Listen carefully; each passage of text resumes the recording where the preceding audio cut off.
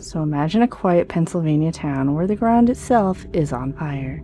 No explosions or anything, just cracks in the ground with smoke curling up out of the asphalt. The streets are literally splitting open that you could potentially fall into, and just don't fall in one. Just a slow, unstoppable inferno burning beneath the town, churches, roads for 60 years. You know, no biggie. It's basically like Silent Hill without the ash babies. We hope. And this lovely place is called Centralia, Pennsylvania, and somewhere that I always wanted to go, but never did. Fortunately, it was once a thriving coal mining town. It had over 1,000 people, and now it's just a ghost town. I think there's like 3 or 5 people that technically still live there. So this underground coal seam fire ignited in 1962 and inspired, we think, foggy ash-covered nightmare world of Silent Hill. Remember the ash raining down when they first get there? Anywho, so Centralia started in the 1800s as a coal boomtown in Columbia County. Around 1890, it had a population of like 2,800 people-ish and had about 14 mines, 7 churches, 5 hotels, 27 saloons, 2 theaters, a bank, and about a dozen stores. I wonder if it had one of them old school diners and like a pterodactyl thing like flies through the window at you. Never mind. Sorry, I'm having Silent Hill 1 flashbacks. So their life revolved around these coal seams, but the mining left behind a labyrinth of abandoned tunnels and exposed seams. The town even had ties to the violent Molly Maguires in the 1860s and 70s. It was a secret society accused of murdering and intimidation.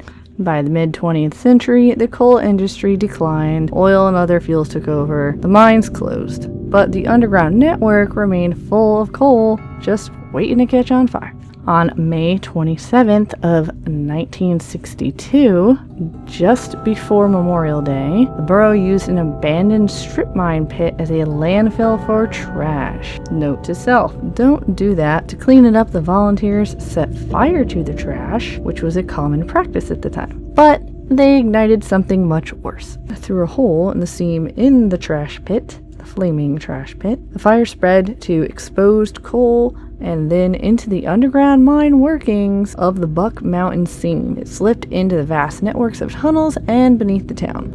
I wonder if that happened like quickly. Like, I wonder if they noticed and they were like, oh, uh-oh. And this, kids, is why we do not burn our garbage in old mine pits. So at first, it didn't seem like a big deal. Smoke was appearing in people's basements and wells. Carbon monoxide levels rose up, which I would think was a big deal. But it spread slowly, but consistently and relentlessly, up to 300 feet deep and across 3,700 acres and 8 miles of tunnels. That's a lot of out-of-control fire. They pretty much did everything to fight it, and everything failed. The costs of these failed attempts soared into the millions. But the fire just kept on going. And apparently it spread 75 feet per year in some of these branches of these mines. And by the 70s, toxic gases seeped into the houses. The ground started getting hot, and small sinkholes started forming. Sinkholes, like, can legitimately fall into the burning mine hole. No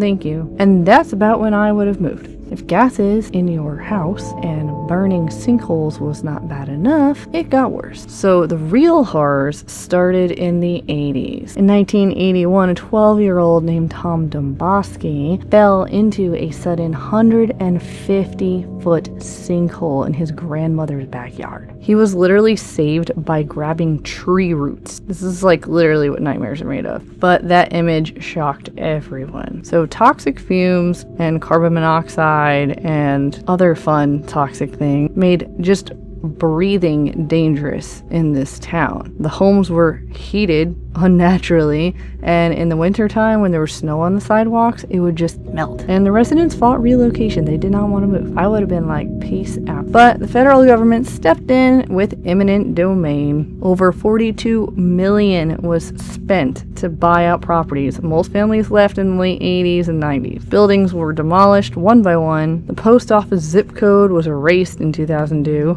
And the main road, 61, was rerouted after the famous graffiti highway section cracked and smoked so badly it became a tourist draw. This is probably when I had seen it back in the day and wanted to go.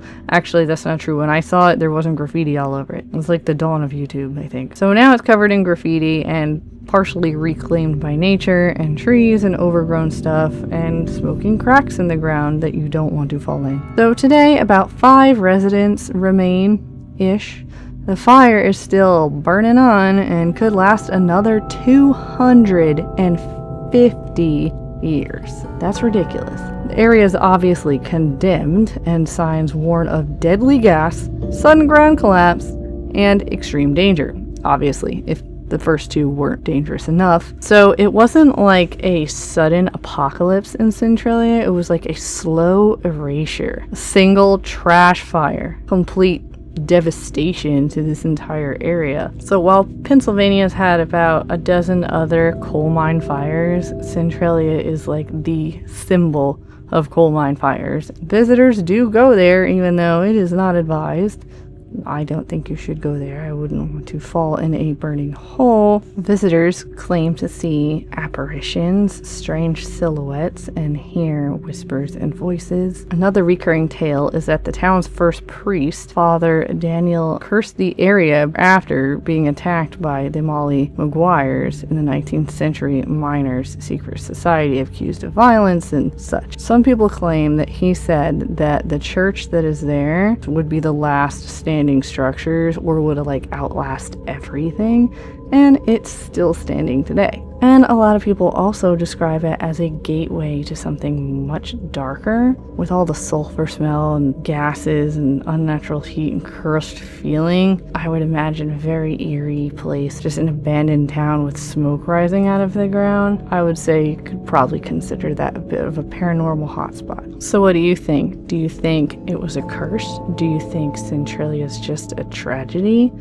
Or do you think that it's a gateway to something much darker? So take my advice and let's make this abandoned town one that you do not visit. If you like spooky stories, abandoned places, and anything else that's strange, or have any experiences of your own, feel free to email them to me. My email is linked. You can be completely anonymous. I read them all and feature some in my upcoming videos. So let me know your spooky story suggestions in the comments, and what is your thoughts on Centralia, Pennsylvania? Is it just a disaster that took a town with it, or is it something more?